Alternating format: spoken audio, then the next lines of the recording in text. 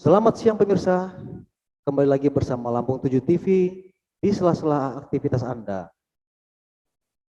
Hari ini kami akan membahas tentang koperasi Wana Karya Mandiri yang berada di Desa Bogorejo, Kecamatan Gedong Tataan, Kabupaten Tenggamus. Di mana koperasi ini adalah binaan dari UPTD Tahura Wan Abdurrahman. Pemirsa, kita akan langsung kepada reporter kami yang ada di lokasi, Saudara Pinur dan reporternya. Saudara Pinur ya, bagaimana keadaan di sana?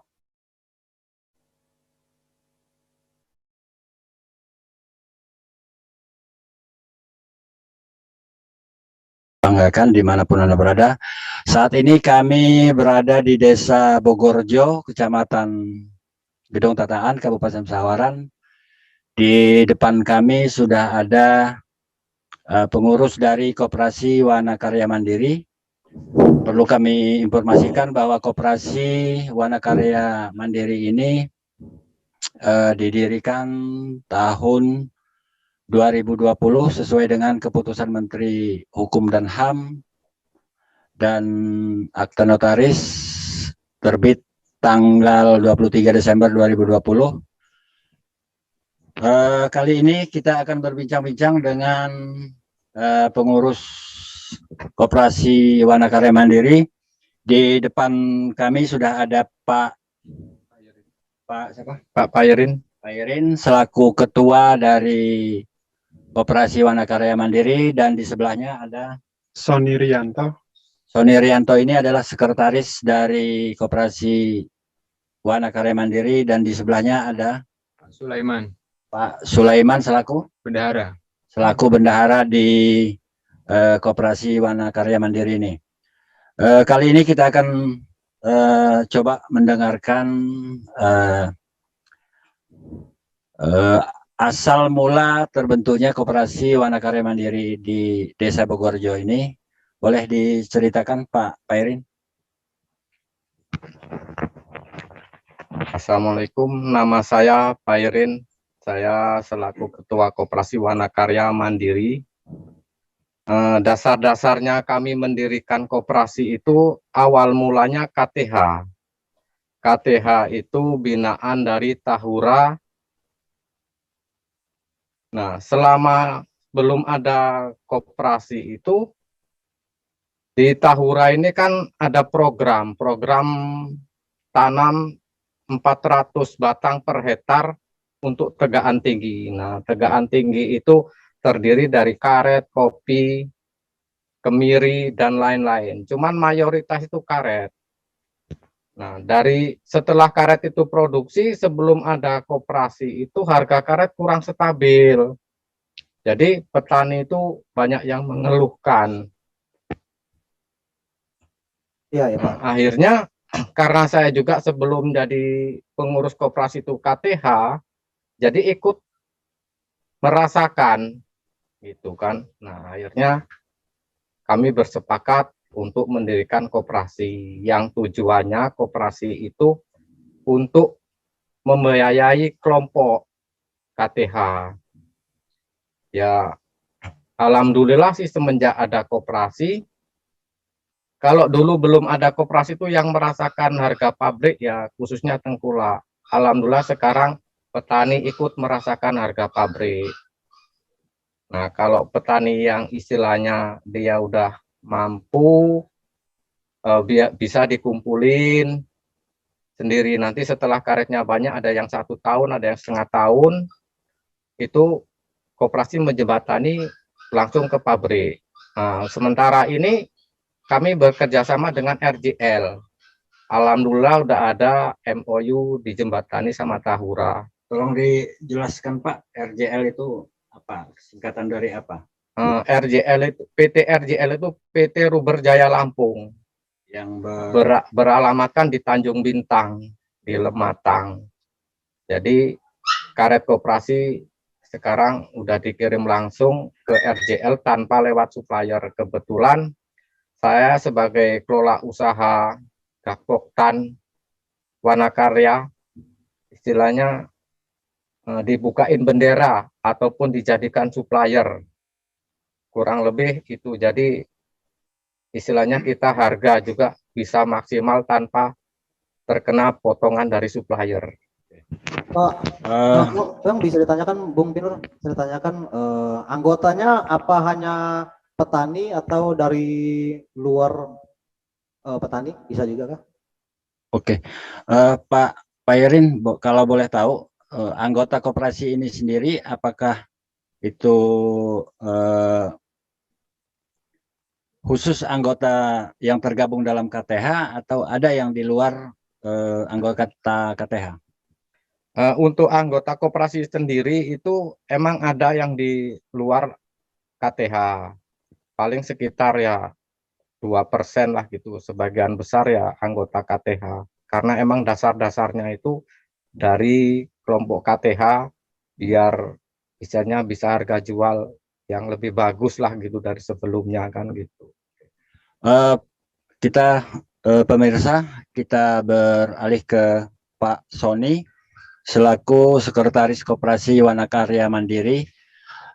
Pak Sony, kalau boleh tahu biar pemirsa di luar sana tahu perjalanan dari pendirian koperasi ini seperti apa dan apakah ada kendala ataupun hambatan. Kalaupun ada kendala, apa saja sih kendalanya?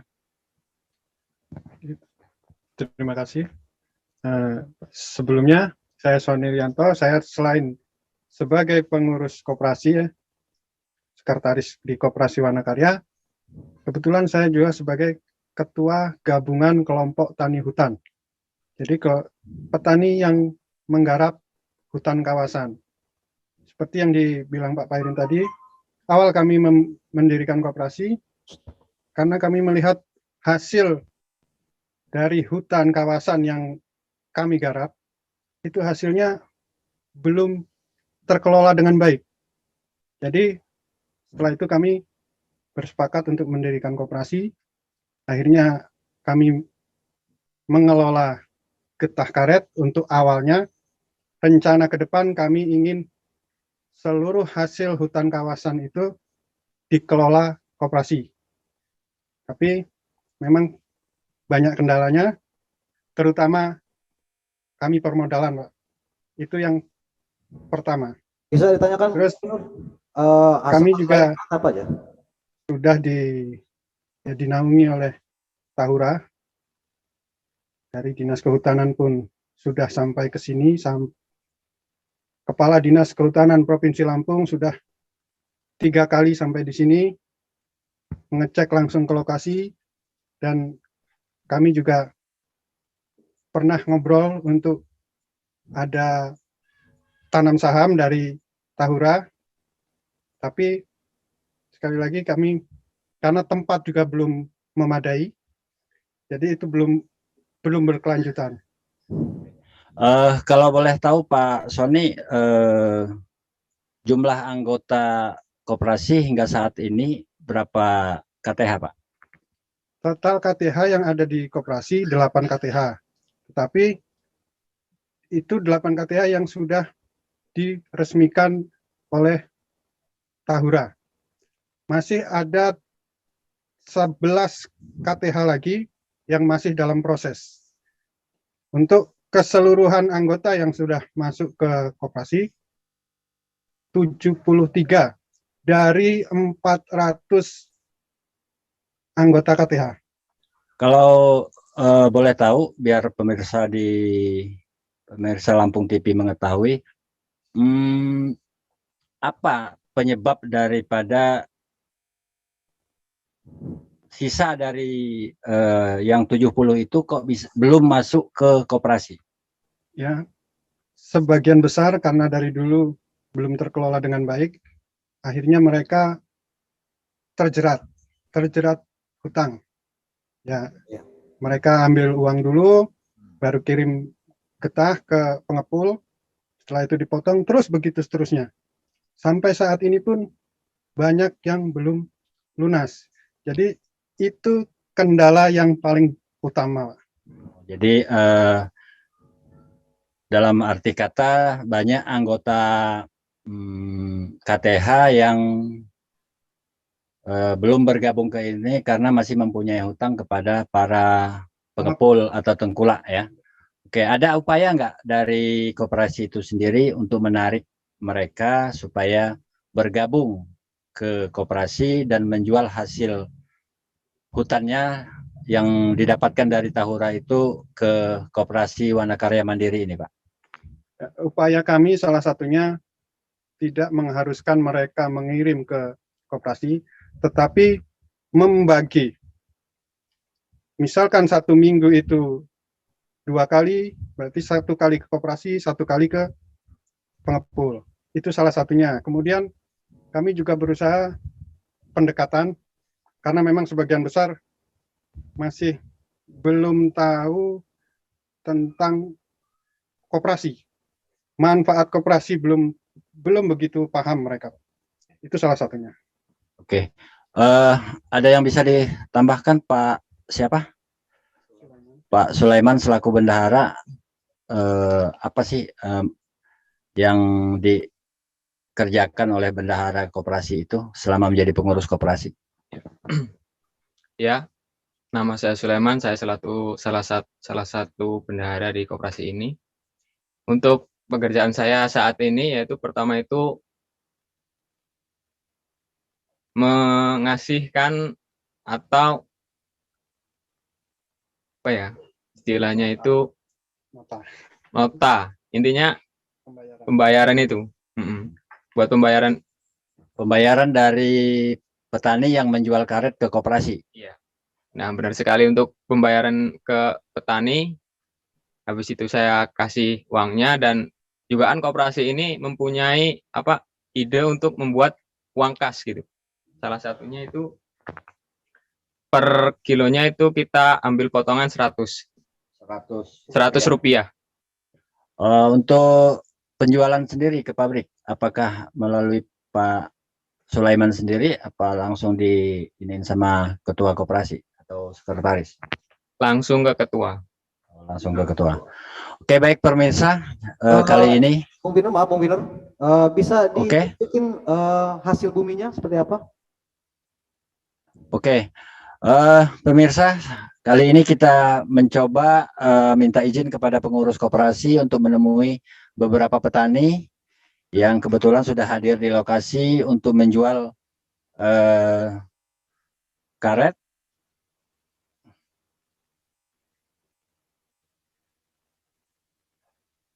Nah, ini adalah salah satu petani yang kebetulan hadir sekarang. Mohon maaf Pak, dengan Pak siapa? Saya Teguh Siswoyo. Teguh Siswoyo, anggota koperasi Wanakarya Mandiri juga. Iya. Kalau boleh tahu Pak, Bapak menjadi petani penggarap Taman Hutan Raya ini sudah berapa lama Pak? Saya menjadi petani hutan raya itu semenjak tahun 2001. 2001. Iya. Bapak sudah tergabung di koperasi Wanakarya Mandiri ini Pak? Sudah bergabung. Sejak awal apa baru? Sejak awal. Sejak awal. Iya. Menurut Pak siapa tadi? Teguh. Pak Teguh sendiri, gimana sih perbedaan sebelum Bapak menjadi anggota koperasi dan setelah Bapak menjadi anggota koperasi? Perbedaannya banyak, Pak. Karena dulu saya itu sebelum menjadi anggota koperasi itu masalah harga karet itu terlalu rendah. Sekarang ini sudah stabil, sudah baik. Ya. Dulu itu paling tinggi itu 7.500. Sekarang dari petani itu sekarang ini sampai 10.000 bahkan 11.000. Oh, perubahan tersebut menurut Pak Teguh sendiri gimana? Apakah Pak Teguh bersyukur dan mensupport koperasi ini agar lebih berkembang dan maju, apa seperti apa? Oh iya, saya bersyukur, selalu support ini masalah koperasi ini, dan juga saya menjadi anggota itu semenjak awal dirikan koperasi ini, karena saya itu di KTH kelompok tani G itu saya juga menjadi pengurus. Oh ya, Pak Teguh, kalau boleh tahu, tolong kami biar pemirsa di luar sana tahu karetnya seperti apa yang diproduksi dari itu Taman Hutan Raya ini dan yang dijual ke koperasi ini, Pak. Maksudnya yang lebih bagus kan? Ya, pokoknya yang ini, Pak, yang hasil dari karet hasil dari Taman Hutan Raya itu seperti apa dan prosesnya bagaimana, Pak? Ya ini yang agak paling seharusnya yang paling bagus ini yang atas ini. Ini. Terus itu banyak itunya itu CL-nya itu yang diharapkan koperasi gitu petani itu cara kelolanya. Oh, ini kalau boleh tahu Pak Teguh, proses dari mulai apa bahasanya deres ya? Iya, nyadap. Dari mulai nyadap sampai bisa dijual ke sini berapa hari, Pak? Itu 2 hari. 2 hari itu bisa dijual di sini. Pertama itu dibikin CL gini, yang seperti ini. Yang kedua itu terus langsung dikasih yang cair itu ditimpa cair supaya kelet itu menjadi satu. Itu prosesnya gitu kalau ini yang paling bagus. Kalau boleh tahu Pak Teguh, Pak Teguh menggarap berapa hektar, Pak? Kalau saya ada 3 hektaran yang khusus di Wanakarya, tapi kalau di luar Wanakarya di Marga itu ya ada 1 hektaran lah.